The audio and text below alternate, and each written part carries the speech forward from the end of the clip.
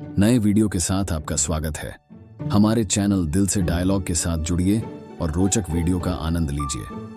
भगवान शिव के 12 ज्योतिर्लिंग देश के अलग अलग भागों में स्थित हैं। मान्यता है कि इन 12 जगहों पर शिव जी ज्योति स्वरूप में विराजमान हैं।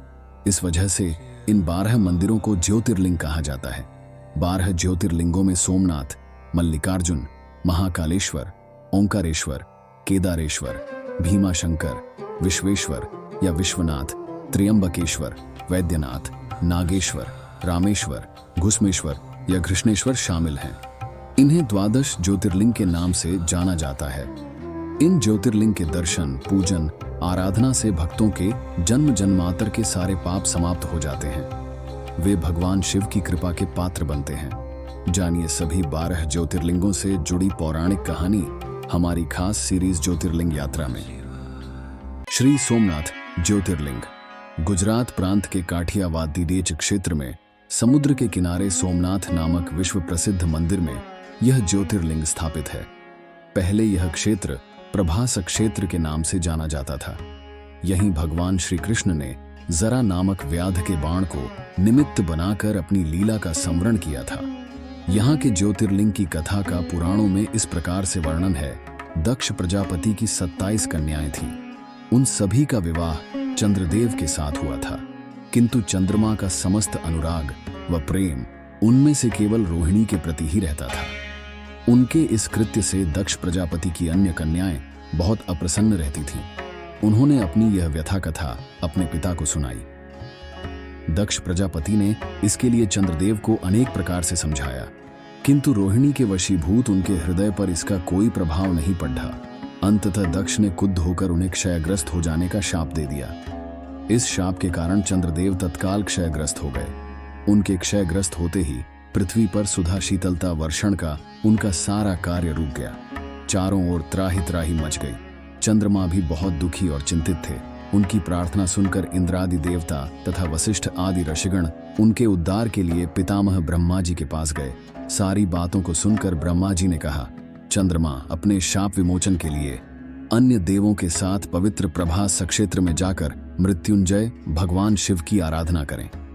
उनकी कृपा से अवश्य ही इनका शाप नष्ट हो जाएगा और ये रोगमुक्त हो जाएंगे। उनके कथनानुसार चंद्रदेव ने मृत्युंजय भगवान की आराधना का सारा कार्य पूरा किया।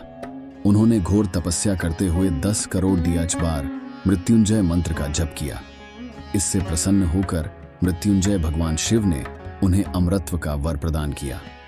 उन्होंने कहा, चंद्रदेव तुम शोक न करो, मेरे वर से तुम्हारा शाप मोचन तो होगा ही, साथ ही साथ प्रजापति दक्ष के वचनों की रक्षा भी हो जाएगी।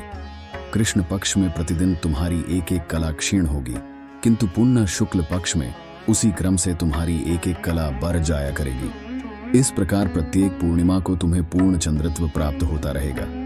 चंद्रमा को मिलने वाले इस वरदान से सारे लोगों के प्राणी प्रसन्न हो उठे। सुधाकर चंद्रदेव पुनः 10 दिशाओं में सुधा वर्षण का कार्य पूर्ववत करने लगे। शाप मुक्त होकर चंद्रदेव ने अन्य देवताओं के साथ मिलकर मृत्युंजय भगवान से प्रार्थना की कि आप माता पार्वती जी के साथ सदा के लिए प्राणों के उद्धारार्थ यहाँ निवास करें।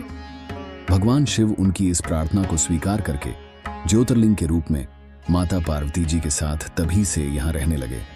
पावन प्रभास क्षेत्र में स्थित इस सोमनाथ ज्योतिर्लिंग की महिमा महाभारत, श्रीमद् भागवत तथा स्कंद पुराण आदि में विस्तार से बताई गई है। चंद्रमा का एक नाम सोम भी है। उन्होंने भगवान शिव को ही अपना नाथ स्वामी मानकर यहाँ तपस्या की थी।